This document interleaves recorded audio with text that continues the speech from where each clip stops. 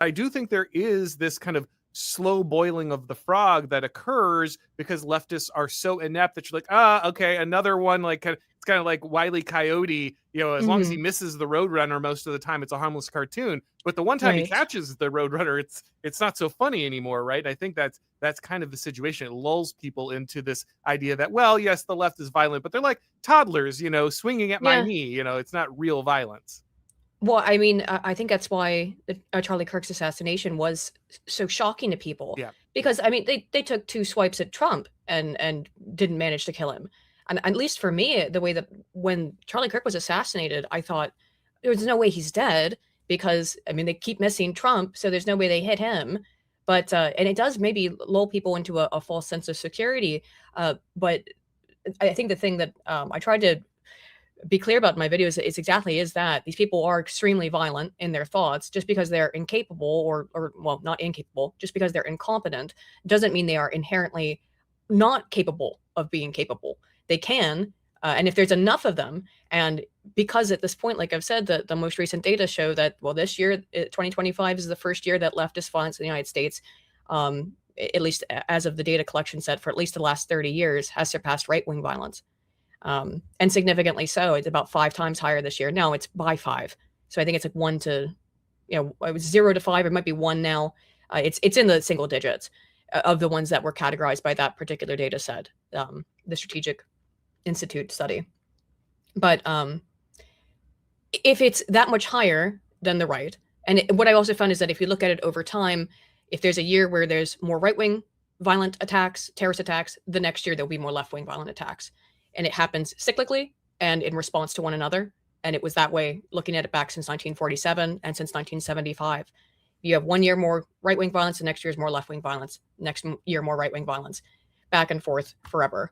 So right now, if 2025, once the data finish coming out on it, and it's true that the left has finally surpassed the right in terms of terrorist attacks, it means the amount of violence in intent, this is not necessarily true, but it seems to be implied or to some level.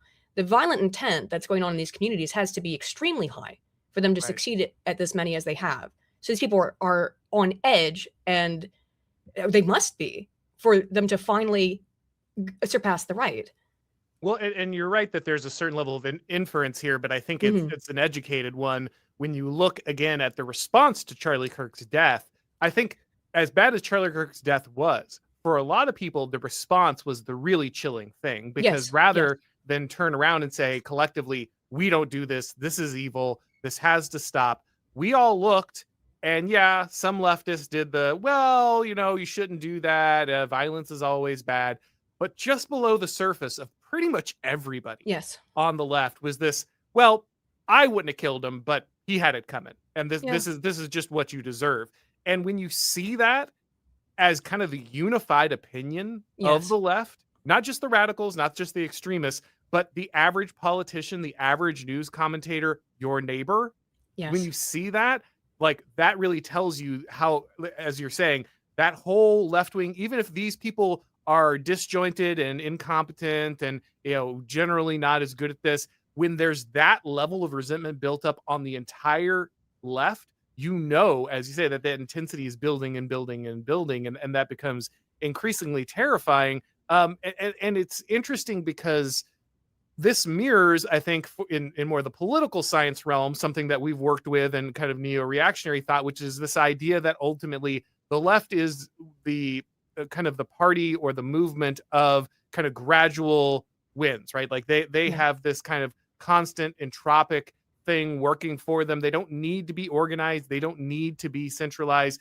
They don't need to be necessarily effective, because like the natural gradient of politics is that they're kind of unorganized violence or unorganized efforts are going to slowly wear away, and it's only when the right finally gets fed up and centralizes and becomes unified, they flip a switch immediately, right? The left is kind yeah, of always violent, kind of simmering, but bad at it, and then the right yes. eventually gets fed up and just says, now we effectively come in and just crush this, right? Yes, and I covered a study that looked at exactly that too, or some analysis of data, and it was that normally when there is a conservative or right-wing leaning person in power in a society, there is less right-wing violence. That isn't the case in the opposite in reverse. When there's a left-wing leader in power, there's not less. It continues. They continue to just, yes, be angry all of the time. There's no pressure valve that switches off for them. It just is always building, seemingly. At least, as of the last 30 to 40, 50 years, depending on the country, because I also looked at data out of South America on that. And it also depended on whether or not people were supportive of terrorist activities, supportive of watching a terrorist action occur. Whether or not they were supportive of that also was dependent on who was in power.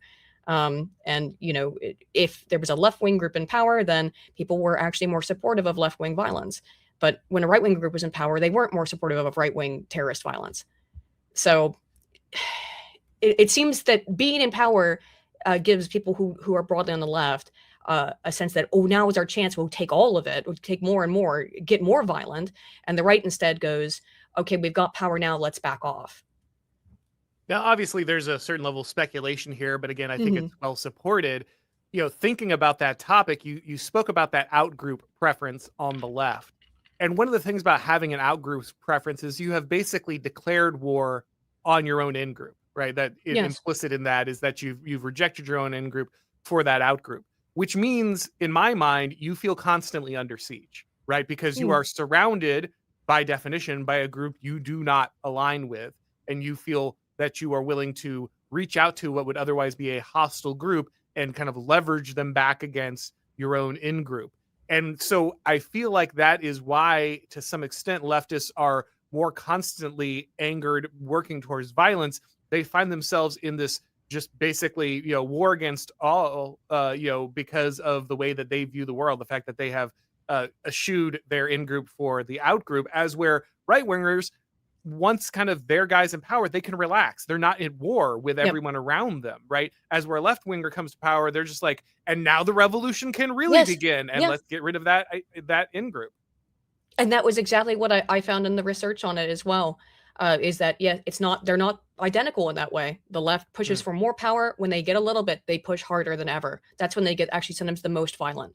The right, when they get into power, they back off massively. And it's even just having support. I found that in analysis of European countries, that when there was a right-wing populist party, right-wing support for violent activism of any sort just plummeted. They had one, so there's a little bit of right-wing populist representation, and it fell through the floor comparatively to basically any other country that didn't have right-wing populist representation. But that wasn't the case for left-wing populist representation, whatever that really means, how they categorize that. But it was only the case for right-wing ones. So, and again, I'm not sure if this is in your wheelhouse, but when we look at that choice of out-group preference, okay, we can understand why in-group preference exists. I feel like that's pretty obvious that there's an evolutionary advantage for binding together and creating this. And, I've seen other guys like Ed Dutton talk about why something like Christianity was one of the most powerful weapons in kind of making the West what it was, because it allowed for you to scale up in-group preference. You had a new way to still keep the upsides of in-group preference while expanding it to more and more people and getting the benefit at scale.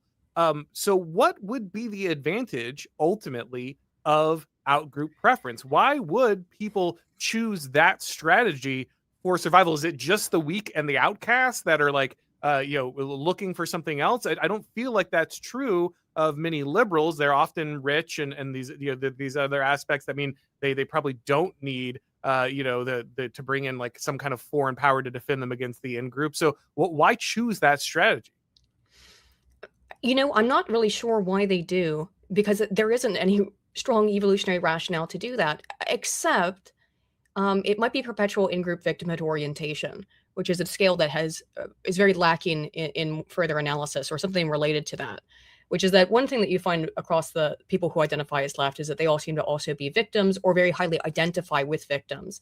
They see themselves as victims in their own lives, almost unilaterally. It's such a consistent theme. In one way or another, they've been victimized. They've been victimized by society, by capitalism, by racism, sexism, homophobia. Every single one has a victim status, and I think that appears to be a thing that binds them together.